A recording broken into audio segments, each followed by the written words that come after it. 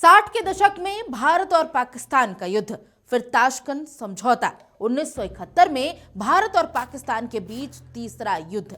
1990 के दशक में उग्रवादी विद्रोह।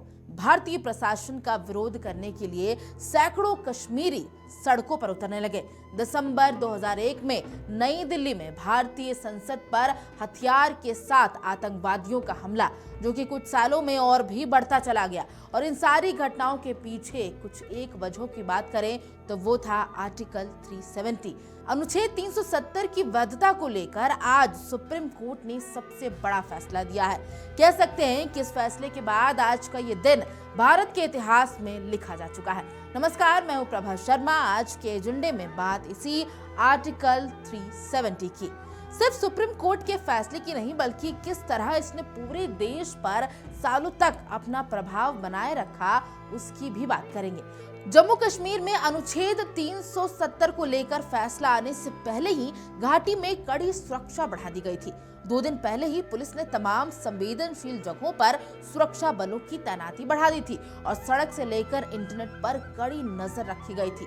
फैसले से पहले जम्मू कश्मीर के नेताओं को नजरबंद करने की खबर भी सामने आई और फिर आया article 370 supreme court verdict. We have held that Article 370 is a temporary provision on a reading of the historical context in which it was included. Article 370 was introduced to serve two purposes.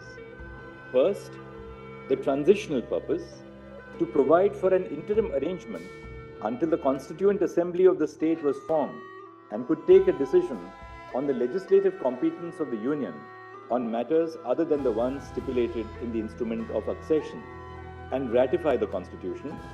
And second, a temporary purpose, an interim arrangement in view of the special circumstances because of the war conditions in the state. See, we have held that a textual reading of Article 370 also indicates that it is a temporary provision.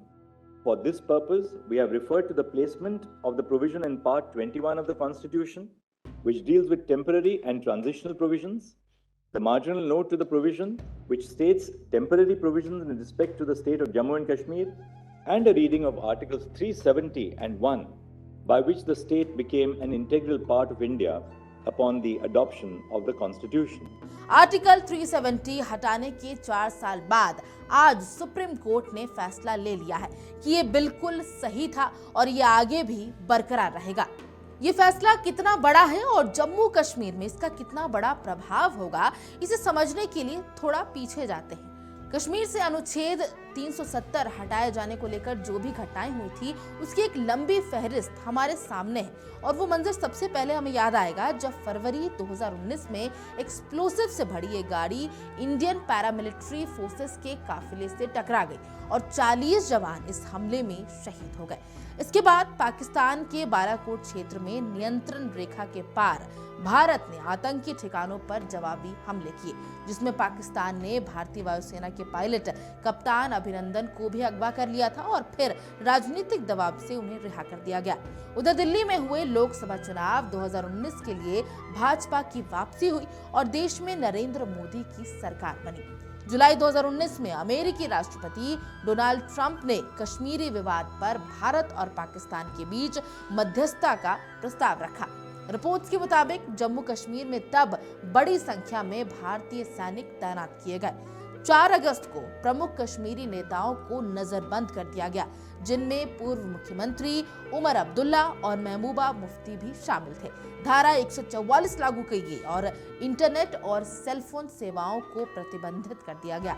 5 अगस्त को केंद्रीय गृह मंत्री अमित शाह ने अनुच्छेद 370 और 35A को रद्द करने के लिए राष्ट्रपति से आदेश मांगा, जिसमें जम्मू कश्मीर को 2 केंद्र शासित प्रदेशों में विभाजित किया गया, लद्दाख और जम्मू कश्मीर। भारत ने 5 अगस्त 2019 को अनुच्छेद 370 को निरस्त कर दिया, जिससे जम्मू कश्मीर को कई दशकों से प्राप्त विशेष दर्जा समाप्त हो गया। यह आर्टिकल तो खत्म हो गया, लेकिन इससे फर्क क्या पड़ेगा ये समझने के लिए अनुच्छेद 370 भी बता देते हैं कि क्या था। भारतीय संविधान का ये कौन सा प्रावधान था ये भी जान लेते हैं। तो ये सभी जानते हैं कि जम्मू कश्मीर को विशेष दर्जा मिला हुआ था, लेकिन इसे थोड़ा विस्तार में समझें तो ये आर्टिकल भारतीय संविधान की उपयोगिता यानी कि यूटिलिटी को राज्य में सीमित कर देता था। संविधान के अनुच्छेद 1 के अलावा जो कहता है कि भारत राज्यों का एक संघ है, कोई अन्य आर्टिकल जम्मू और कश्मीर पर लागू नहीं होता था। यानी जम्मू कश्मीर का अपना एक अलग संविधान था।